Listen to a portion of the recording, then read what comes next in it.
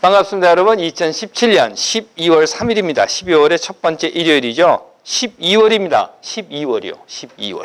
12월이 되었습니다, 드디어. 그리고 대림절 첫 번째 일요일입니다. 대림절은 예수께서 태어난 것을 기념하는 12월 25일 성탄절이죠. 물론 그렇다고 해서 이날 예수가 태어났다, 그건 아니지만 여하튼 이날을 준비하는 또는 기다리는 기간으로 성탄절 12월 25일 앞에 4주 동안을 지키는 교회 절기입니다. 금년은 크리스마스가요, 월요일이에요. 그래서 크리스마스 이브가 일요일입니다. 그러다 보니까 보통 대림절은 11월 마지막 일요일 날 시작을 하는데 금년은 12월 첫째 일요일부터 대림절이 시작이 되었습니다. 그래서 오늘이 대림절 첫째 주, 다음 10일이 둘째 주, 그 다음에 17일 그리고 24일 크리스마스 이브가 넷째 주, 그리고 나서 성탄절이 됩니다. 자, 대림절 첫째 일요일. 글쎄요, 여러분들은 어떠신지 모르겠습니다만 저는 요즘 뭘 잘 잊어버려요. 건망증이라고 하나요? 그러다 보니까 내가 뭘 하려고 이거를 하고 있지? 내가 어딜 가려고 하지? 이런 생각들을 할 때가 자주 있습니다. 물론 저만 그런 건 아닐 거예요. 많은 사람들이 그런 경험을 할 겁니다. 그러다 보니까 걱정을 하는 사람들도 있더라고요. 혹시 내 건망증이 치매가 아닐까? 이런 거. 그래서 제가 어디 찾아보니까 이런 게 있어요. 건망증과 치매를 구분하는 법. 여러분들도 한번 들어보시고 생각해 보십시오. 전에도 제가 한번 말씀드렸던 것 같은데요. 식탁 앞에 앉아서 숟가락을 들고 내가 왜 숟가락을 들고 있지? 이러면 건망증이랍니다. 이건. 그런데 식탁 앞에 앉아서 이 숟가락을 무엇에 쓰는 것이지? 라고 하면 그건 치매랍니다. 냉장고를 열고, 혹시 그런 경험은 여러분들 다 있으실 거예요. 냉장고를 딱 열고 난 다음에 내가 뭘 꺼내려고 했지? 그리고 생각을 하다가 모르겠다. 그리고 문을 꽝 닫아버리면 그건 건망증. 그런가 하면 냉장고를 탁 열고 그 안에 신발을 집어넣으면 그건 치매 이렇답니다. 그리고 보면요, 건망증이나 치매나 잊어버리기는 마찬가지가 아닌가 싶어요. 그런데 무엇을 잊어버리느냐 하는 것의 차이겠죠. 물론 저는 정신과 의사는 아닙니다. 하지만 다만 제 좁은 소견으로 보면 건망증은 목표를 잊어버리는 것이고 치매는 방법을 잊어버리는 것이 아닌가 하는 생각을 하게 됩니다. 꼭 건망증, 치매 이야기가 아니더라도 우리는 세상을 살아가면서 어떤 목표와 방법을 가지고 있다고 생각을 해요. 때로는 목표를 잊어버리는 경우가 있기는 하지만 그렇다 하더라도 우리는 아직까지는 목적이라는 것을 가지고 살아갑니다.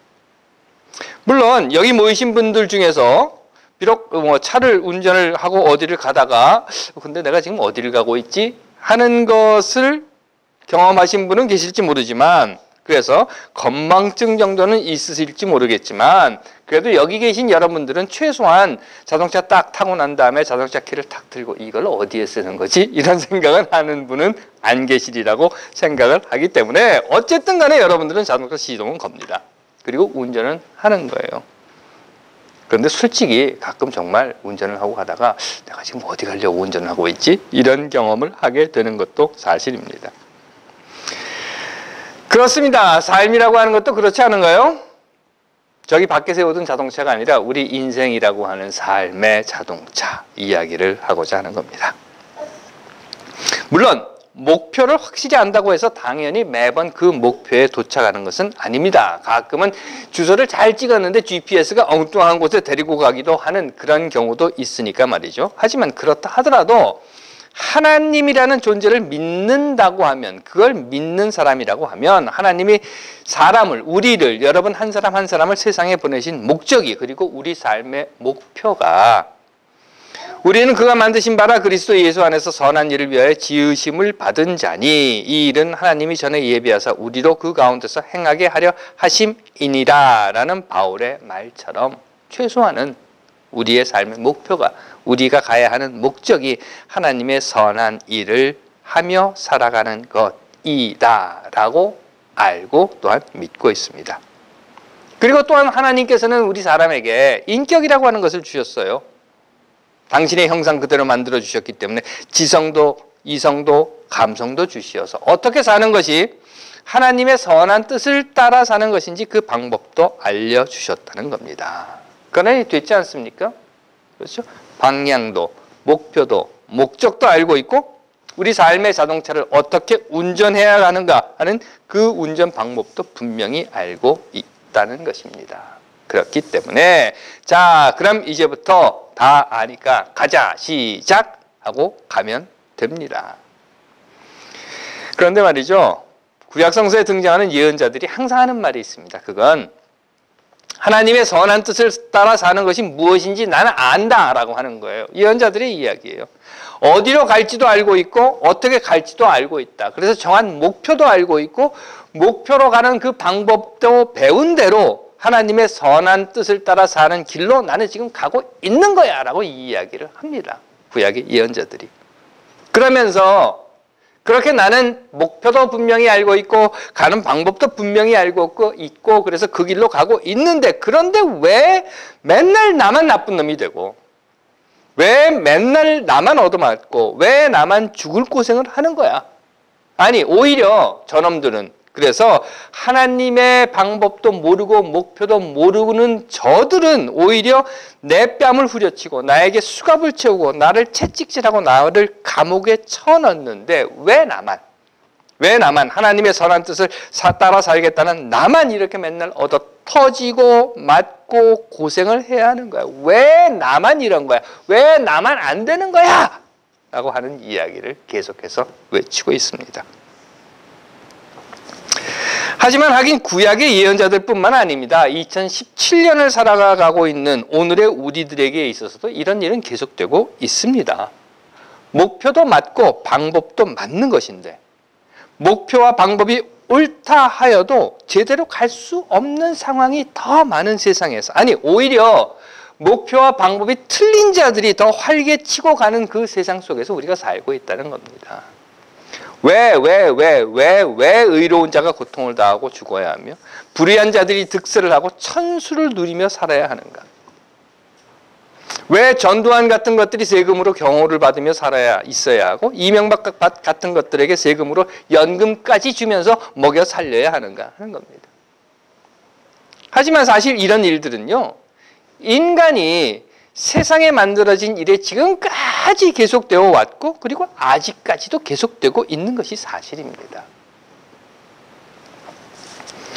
지난해죠. 2016년 12월 9일 국회에서 박근혜 탄핵 소추안이 가결되었습니다. 딱 1년 전 이야기입니다. 1년 됐어요. 그리고 다음 해인 금년 3월 10일에 마침내 박근혜 탄핵 소추안이 인용되었고 헌법재판소에서 박근혜는 파면되었습니다. 또한 금년 5월 10일에 민주정부가 출범했습니다. 문재인 정부입니다. 목표도 맞았고 방법도 옳았습니다. 촛불을 들고 비폭력 시위를 한 그 방법도 옳았습니다. 광장에서 외친 것도 옳았고 박근혜 탄핵이라고 하는 것도 옳았습니다. 그리고 목표에 다다랐다라고 생각을 했습니다. 그러면 이제 모든 것이 바뀐다라고 하는 거죠. 친일 부역자들이 청산되고 적폐가 모두 처벌되고 통일의 물꼬가 트일 것이고 아이들의 밝은 웃음소리가 울려 퍼지는 세상, 청년들이 마음껏 꿈을 펼치고 장년들이 쉼을 얻고 노인들이 행복한 세상, 기회는 평등하고 과정은 공정하며 결과는 정의로운 사회, 사람이 사람답게 살 수 있는 세상, 그 세상이 곧 지금 당장 열릴 것이다 라고 기뻐하며 환호를 했던 것도 사실입니다. 하지만 여러분 어떻습니까? 아직도 세월호 참사의 진상은 밝혀지지 않았고 아직도 위안부 합의는 철회되지 않았고 아직도 대기업의 갑질 횡포는 계속되고 있고 아직도 성폭력 피해자는 왜 저항하지 않았느냐는 그런 소리만 듣고 있고 아직도 아이들은 공부라는 이름으로 인격 포기를 강요당하고 있고 아직도 젊은이들은 최저임금이라고 하는 족쇄에 채워진 채로 죽음에 내몰리고 있고 아직도 쓰레기 같은 막말을 쏟아내는 홍준표가 있고 그것도 잘 먹고 잘 살고 있고 아직도 사법부는 자신들의 기득권 안에서 독립이라는 포장을 뒤집어 쓴 채 법이라는 칼날을 마구 휘두르고 있고 남과 북의 관계는 오히려 점점 더 수렁으로 빠져들고 있고 하지만 아십니까 여러분? 이제 민주정부 들어선 지가 6개월 되었습니다. 6개월. 해방 이후 아니 1905년 을사늑약 이후 쌓여온 적폐의 횟수가 110년이 넘었습니다. 그리고 이제 문재인 정부 들어선 지 6개월 되었다는 겁니다. 압니다. 지난 6개월 동안 민주정부가 수없이 많은 것들을 변화시켰고 또한 적폐 청산과 역사 회복을 위해서 끊임없이 몸부림치고 있다는 것을. 그럼에도 알면서도 우리는 왜 안 되는 거야? 왜 안 되는 거야? 하는 외침으로 다시 또 우리들에게 되묻고 있는 것입니다. 대림절 첫째 일요일입니다. 대림절은 기다림의 시간이라고 했어요. 예수가 그리스도가 이 땅에 오는 것을 기다리는 시간입니다. 그 당시에도 2000년 전에도 예수 그리스도를 기다렸던 사람들이 있었습니다. 그리고 그들은 예수 그리스도가 오면 이런 것이 될 거야 라고 하는 큰 기대를 했었습니다. 그래서 그리스도가 오면 지금 우리가 로마에게 지배당하고 있는 이스라엘이 곧 해방될 것이다 라고 기대했습니다. 그리스도가 오면 이스라엘이 지금 이렇게 폭삭망해 있는 이 이스라엘이 다시 다윗의 영광을 회복할 때가 올 것이다 라고 기대를 했었습니다. 그리스도가 오면 민족이 독립되고 적들이 한순간에 다 물리쳐지고 하나님의 영광이 나타나며 야훼 하나님의 나라가 우뚝 설 것이다 라고 기대를 했었습니다. 악한 자들이 징벌을 받고 선한 자들이 상을 받으며 가난한 자에게 기쁜 소식이 전파되고 포로된 자에게 해방을, 눈먼 자가 다시 보게 되고 눌린 자가 자유를 얻게 되며 주의 은혜의 날이 선포되리라 하고 그들은 그리스도 예수를 기다렸습니다. 그리고 예수가 왔습니다. 그리도 기다리고 기다리던 예수 그리스도가 왔습니다. 하지만 결국 그들은 또 이렇게 외쳤습니다. 왜 안 되는 거야? 라고. 어느 날 우리들에게도요, 물질적으로 또는 육체적으로 정신적으로 우리 삶의 어떤 부분에서든지 우리에게 어려움이 닥치게 됩니다. 갑자기 병이 들기도 하고 수입이 줄어들기도 하고 그러다가 보니 불화가 생기기도 하고 우울증에 빠지기도 하고 그런 일들이 우리에게도 생기고 닥치게 됩니다.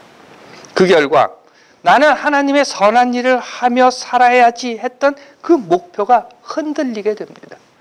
나는 이렇게 사는 것이 옳은 방법이야 라고 생각했던 그 내 삶의 방법이 흔들리게 됩니다. 그러면서 누군가 비교하게 되고 가만히 있어봐. 쟤는, 저 옆집 사는 애는. 그리고 그 비교가 결국 우리에게 좌절이라고 하는 것을 던져주게 됩니다. 나는 분명히 옳은 목표를 향해서 올바른 방법으로 가고 있는데 왜?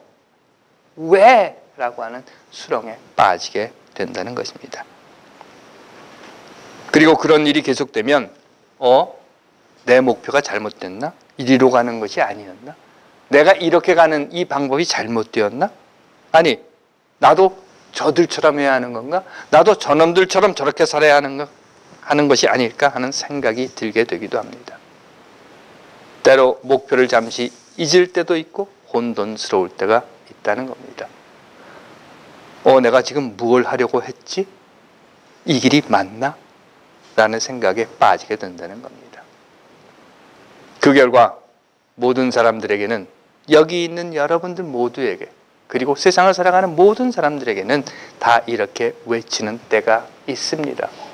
목표도 잊어버리지 않았고 방법도 틀리지 않았는데 나는 분명한 목표와 옳은 방법으로 가고 있는데 왜 안 되는 거야? 라고. 대림절입니다.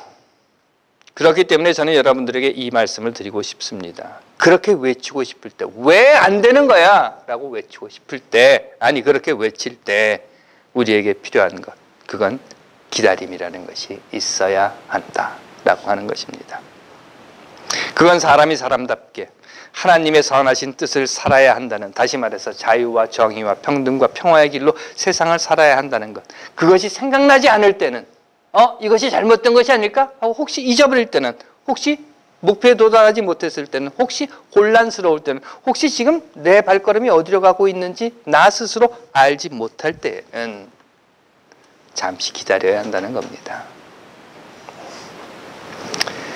정부가 바뀌었다고 하는데 그래서 눈앞에서 팍팍팍팍팍 막 변하는 것들이 한순간에 보였으면 좋겠는데 보이지 않기도 합니다.